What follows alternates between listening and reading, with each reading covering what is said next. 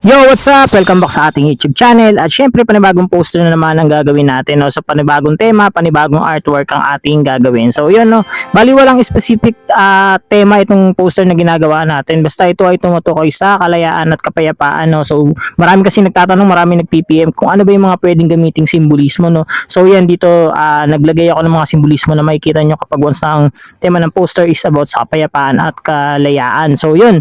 Ito nga, no? Pwede rin sa pagkakaisa yan, mga ganyan sa mga world peace yan, yung mga makikita nyong simbolismo na pwedeng gamitin, pwede nyong i-apply, no? So yan, ito lang, bali simpleng poster lang to, pwede nyong gayahin, bahala na kayo kung gusto nyong gayahin, nasa inyo yan, kuha ng idea. So yun, bali bago yan, dumako muna tayo sa shoutout section natin. Sabi nga pala ni Tixing Malago, ayan, thank you po. Sabi ni Ayi, nice idol. Sabi naman ni Vale, galing nyo po talaga sa poster. So yun, maraming salamat. Sabi ni Wency, sheesh, manifesting makasali ulit next year. J. Braille Edit, yan, nakakamiss talaga. Third place po ako. Yun nga, sabi ni Ambisyosa, galing mo Lord. So yun, maraming salamat sa inyo. At yun nga, no, bali matagal-tagal na rin pala tayong hindi nakapag-upload. Almost halos ano na rin, no, mga 3 weeks na rin o mag-iisang buwan na rin. No? So kasi marami tayong ginawa at pinagkabalahan. So yan, hindi ako makagawa ng content. At yun nga, no, bali nagka-problema rin sa ating channel. No? Medyo ewan ko ba, ang tagal kasi niyang ang tagal ma-approve nung monetization. Hindi ko alam kung bakit ano nangyari, natenga yata. Tapos ngayon kapag once na nag-ship ako ng ibang content, nababago yung algorithm at saka bumababa yung views natin. No? So yun, nagfo-focus ako sa mga short clips. Yun, pasensya na kayo, di ako nakapag-upload ng bago. Sobrang busy talaga, sobrang daming ginagawa. No? Ang daming ganap sa buhay natin na hindi natin may iwasan. Kaya yun, pasensya na kung, by the way nga pala, kung kung pinapanood mo yung mga videos na to, no, mag-comment ka nga pala kung taga saan ka para malaman ko kung saan umaabot yung videos na ginagawa natin. So ayun lang. At syempre para masama kayo sa mga comment section na i-upload pa natin sa mga next video natin. So yun. Ito nga, balik nga tayo sa topic, no, sa mga simbolismo ng kapayapaan at kalayaan. Syempre dito makikita nyo yung kalapate, no. Syempre yun nga, sumisimbolo nga sa kapayapaan.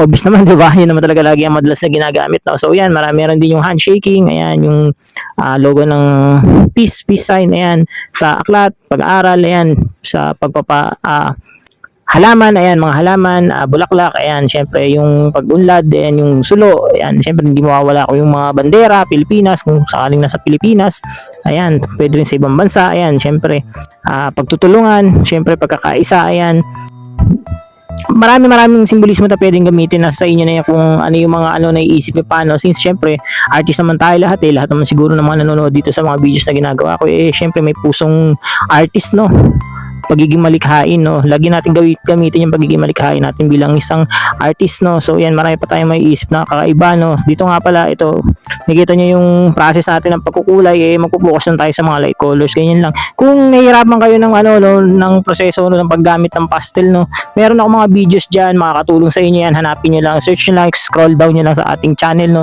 nasa red app natin, no. So yun, hindi na magbabangkit ng mga application, syempre para maiwasan na rin natin yung hindi pagka-monetize nitong page natin o kaya nitong channel natin. Nahihirapan din ako, sobrang tagal na nga, hindi pa tayo ma-monetize, no. Tapos syempre yung mga followers natin, yung iba nga kasi nanonood lang, hindi sila nagpa-follow, walang share ng videos, ayan. Bali, yung mga comment nyo makakatulong din yan, no, guys, no, para syempre magpapat tayo, syempre marami pang makapanood ng mga videos natin, marami tayong matulungan, maraming matuto, yan. Bali nga pala sa nagsasabi na medyo madadali lang naman yung ginagawa nating mga art. So yun kasi yung yun kasi yung proseso ko, no, gusto kong mangyari, no, na kahit sa sobrang simpleng artwork may chance kayong manalo, no. Hindi kasi kailangan maging critical o kaya sobrang hirap ng mga ginagawa natin, kasi nga syempre gumagawa na ako ng tutorial, no. So yun, nasa sa inyo na yung kung paano i-improve, palalawakin yung idea, makagawa ng mga makabagong konsepto, at hindi kayo aasa sa mga ginagaya lang o yung mga nakikita nyo lang na magaganda sa internet. So yun, lagi kayo mag-focus sa sa konsepto ng originality, no. So yun, tinuturuan ko kayo na maging isang tunay na artist, no. Syempre, yung credibility nyo bilang artist hindi naman matutumbasan yan ng kahit ano man, di ba? Mahirap na kasi yung sasabihin kang artist pero gumagaya ka lang naman sa gawa ng iba, no. Bilang artist, kailangan magkaroon ka ng sarili mong identity, no.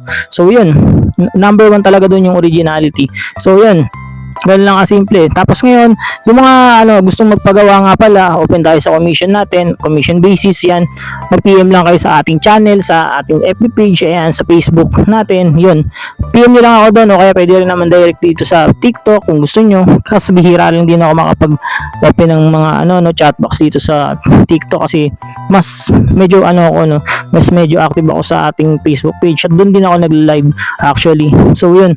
Pero ngayon mas pinopokus ko ngayon, tinututuan ko ngayon yung YT channel natin kasi para mas maganda rin daw yung platform na meron doon, no. So yun, hindi ko rin alam, hindi ko rin sure, wala rin kasi ako wala rin kasing nagga-guide sa akin. So yun, sariling explore lang din ako. Tapos sa paggawa ng art, ayan, makikita nyo naman, iba't iba yung mga ginagawa natin, no? Halos wala tayong pare-parehas na ideya na ginagawa o kaya yung layout na ginagawa natin is may kaparehas sa unang ginawa natin. So yun, gumagawa talaga tayo ng iba't ibang layout, no? Yun yung gawin nyo na every contest o every gagawa kayo ng poster is hindi magiging pare-pareho yung ginagawa nyo.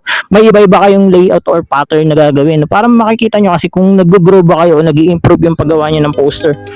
Ayan. Tapos sa pagkukulay, lagi kayo mag-focus sa kung ano yung tema. Kunwari, pag masaya, syempre mag-focus tayo sa mga light colors, vibrant colors, ayun.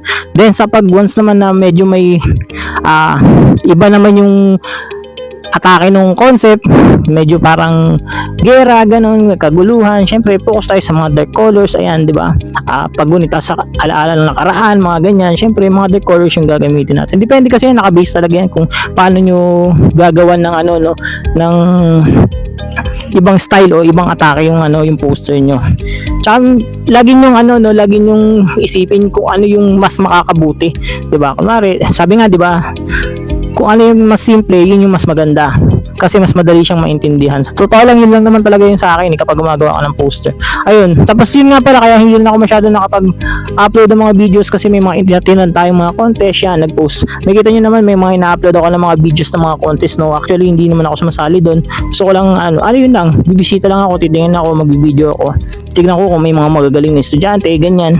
Siyempre, actually, sa lahat naman ng school, may mga magagaling talaga, So yun, napapanood ko, nakikita ko, Tsaka yun nga, actually, yung mga may mga sumasali ng contest, sa totoo lang, yung mga nag-PPM sa akin na nagpa-contest, kuya, ginaya yung gawa mo, ganyan, nakita namin, so, kaya hindi ko sila pinanalo. So, yun mga ganun, may mga ganung instances na nangyayari, nag-PPM sila sa akin. Pero tapos na yung event, nakapag-declare na sila ng nanalo. Pero ngayon nga, nagugulat ako na may mga nag-PPM sa akin, kuya, may mga parehas na gumaya ng mga poster na ginagawa mo. So, yun, ayun, sinasabi ko sa inyo na may chance na matalo kayo pag once na na ginaya niyo yung mga gawa ng iba na nakikita sa internet, through internet, social media, sa yan, 'di ba? Kasi alam nila kung sino yung mismo may gumawa. Mayroon kasi na ipapanalo nila yung gawa mo pero ginawa lang, may pinagkopiyahan ka lang.